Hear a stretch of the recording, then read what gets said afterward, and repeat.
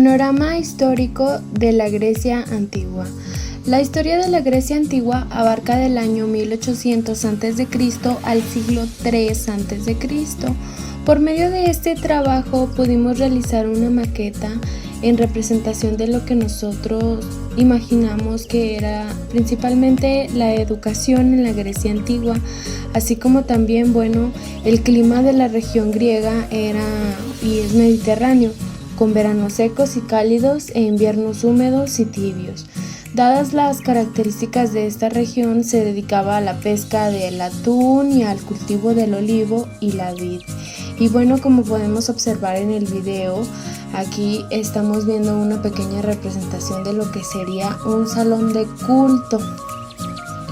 En este periodo, los primeros habitantes del territorio griego fueron los cretenses. Durante este periodo, el territorio griego recibió influencias egipcias y de las culturas de Asia Menor. Además, se trabajaban los metales como el cobre y el bronce. En este periodo la religión era íntima, es decir, casi no existían templos para sus dioses, aunque ya se practicaban rituales con toros y sacerdotisas, que a la vez serían dos elementos característicos de los rituales griegos. Durante esta época primitiva, Homero recogió una serie de cantares de la tradición oral para formar la Odisea, principal obra literaria de la cultura occidental. Cada ciudad griega tenía un estado propio, es decir, nunca existió una unidad política griega, pero los identificaba la lengua y la religión.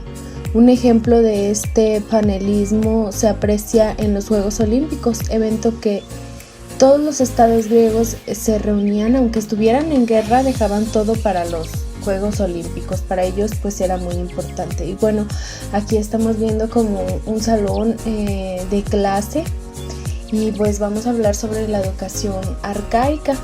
Para el estudio de la educación griega existen más fuentes, a diferencia de la educación egipcia, la cual nos permite conocer con mayor profundidad. A pesar de que las características de la educación variaban según las regiones griegas, en general todos los griegos combinaban la educación intelectual con la física, además de diferenciarla según las clases sociales. Al igual que los egipcios, la sociedad griega estaba estrictamente jerarquizada, por lo que la educación era exclusiva para las élites y para los grupos gobernantes.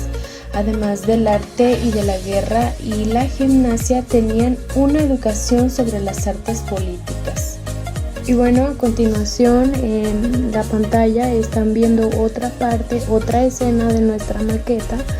Esto bien lo que es un espacio recreativo, donde ellos podían pasar un poco de tiempo libre, estudiar, simplemente practicar para los Juegos Olímpicos, un espacio para estar.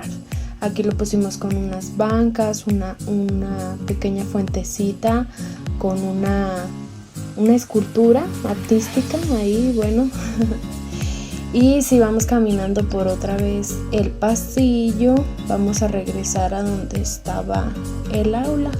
Y comentando acerca del aula, en torno a la educación, las clases bajas, los esclavos, no recibían ningún tipo de educación, al igual que también las mujeres. En la Grecia arcaica, además de una serie de vasijas y otras piezas de cerámica, las obras de Homero y Hesíodo constituyen la principal fuente de información para conocer la educación griega de aquel periodo. Sin esto nos hubiera resultado prácticamente imposible conocer alguno de sus métodos o de lo que les gustaba esculpir. Ahora estamos en la parte de la maqueta donde esta es una armería.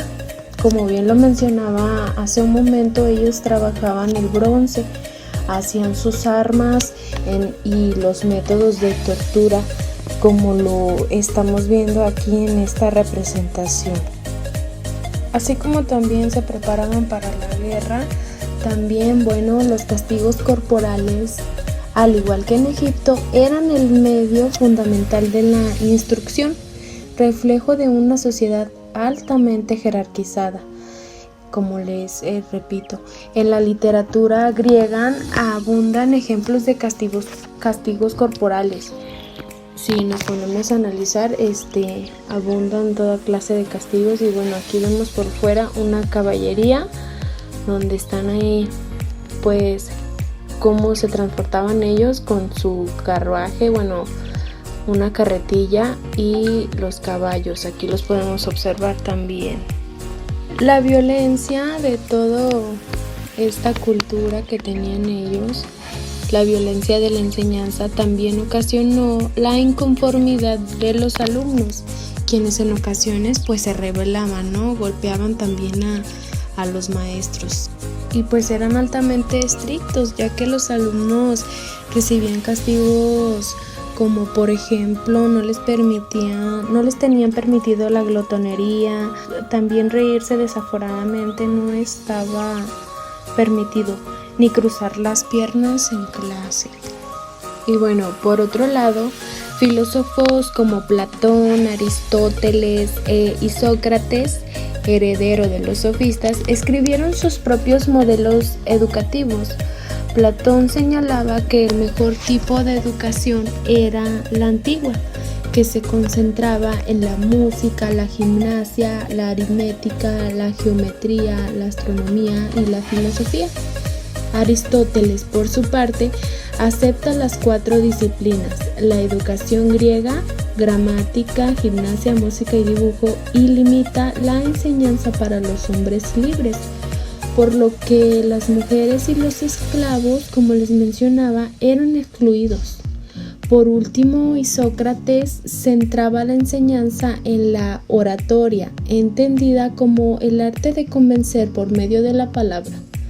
Por último, la gimnasia, que ya se practicaba desde la educación arcaica, continuó siendo uno de los pilares de la educación griega a pesar de todo.